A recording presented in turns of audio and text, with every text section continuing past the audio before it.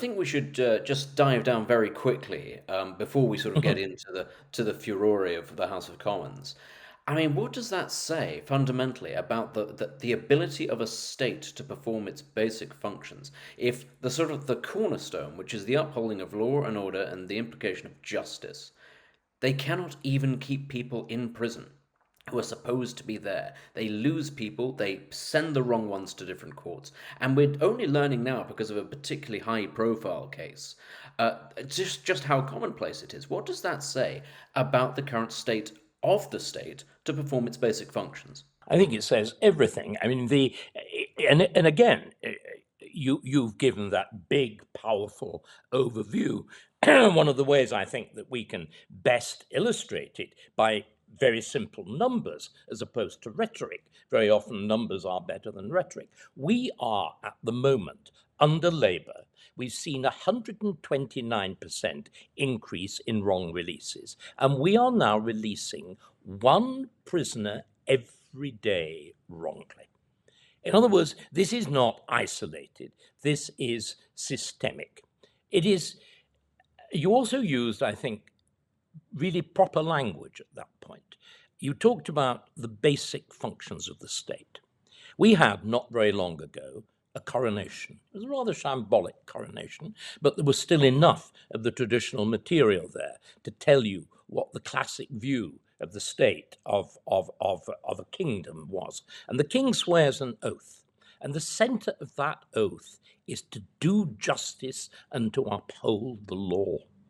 That is the fundamental purpose of the state, that and to defend the state. And what we've seen is a collapse of those two things. Our army is risible. I've had conversations with senior officers who say effectively our nuclear deterrent is semi-non-functioning, and they're being polite about it. And at the same time, the fundamental rule of the state, the rule of law, the decision of a judge, acts as a kind of proxy for the actual monarch in his duty to uphold law as the foundation of any legitimate state is law. That's what it is. And we've abandoned it. And we have, as one forgets, Lammy is not simply that modern title of Justice Secretary. He is Lord Chancellor. That is the office held by Sir Thomas More. That is the office held by Cardinal Wolsey. Can you imagine a clown like that occupying their positions? But there's something, we've been blaming Labour. I've been blaming Labour. They deserve blame. And this perpetual business of shuffling it off, oh, it was the Conservatives. But Benedict, you and I are on the right. We need to put our hands up too. This collapse in justice is very largely due to the decisions, the absurd, I would actually use the word criminal decisions, taken by David Cameron and by George Osborne in 2010, when you decide we will have this thing called austerity. They needed to stabilize the finances. Let's be completely clear about this.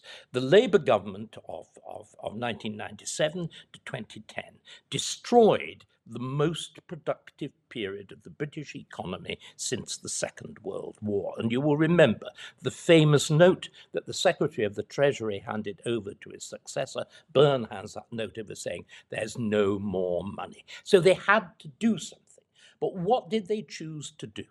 They chose to protect our NHS. And do you remember the other department? No, I don't. It certainly wasn't education, was it? Foreign aid. Oh, of course. Foreign That aid. little thing. Yes. This was the height of Cameronism. This was the height of the Nice Party. This was the height of conservatism, that is to be friendly to every liberal and to every liberal prejudice and belief. This is the party that, welcomed all those sweet young women that hadn't a thought in their heads but had got rather nice hair, that were recruited by Cameron in his MPs in 2010. And what was the sacrifice? Every other department was salami cut, including justice. And this is what's happened. I had a stand-up row with George Osborne, I remember it vividly, in 2012 on exactly this issue. And I predicted what would happen. In other words, if you're faced with a financial crisis, then, as we are now with Rachel Reeves, you cannot say, we will simply cut or we will minimally finance everything. You have to choose. Politics is about choosing. You've got to say what are areas that we will protect and what are areas effectively that you say the state should simply withdraw from. An obvious example was foreign aid, and an obvious example that not only requires protection but requires abundant funding is justice. And there's been, again, going right back to Blair and to Brown, under Blair and Brown, there were again all these vague notions of altering punitive justice, of shifts to some form of redistributive, some form of ameliorative, all of these things. And the basic function of the state to enforce criminal justice and the need for it to be dignified, the need for it to carry awe, because justice should carry awe. When people talk about a judge wearing a wig, it's not to make him anonymous, it's to convey the awful majesty. Law is why the red robes. They were the robes of, if in certain circumstances, death. They are the symbol of the state as monopolizing violence and legitimated violence. All of that we've forgotten. Our courts are shambolic. The buildings that most of them have been used to are architecturally miserable. They are run down. I have friends who have been engaged in civil cases. They describe squalor at the heart of justice rather than majesty. And that, again, we've got to say it, is the result of misplaced liberal conservatism. But it's been made infinitely, infinitely worse under Labour, and even worse with somebody like David Lammy. And of course, deep further down the line you go, there is the dysfunction, and it is unclear, I think, who answers to who really sets policy, who actually has the information. And I think we should set this against, because, we started off by talking about the general state of justice.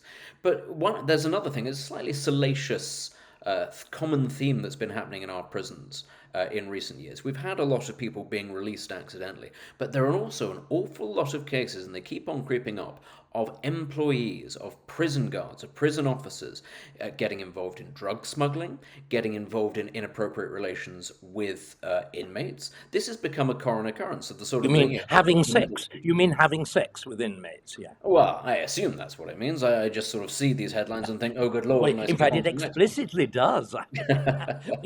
we have video evidence in certain We cases. do. I mean, we want to be really. Come on, Benedict. Well, we are grown ups. Remember, We are.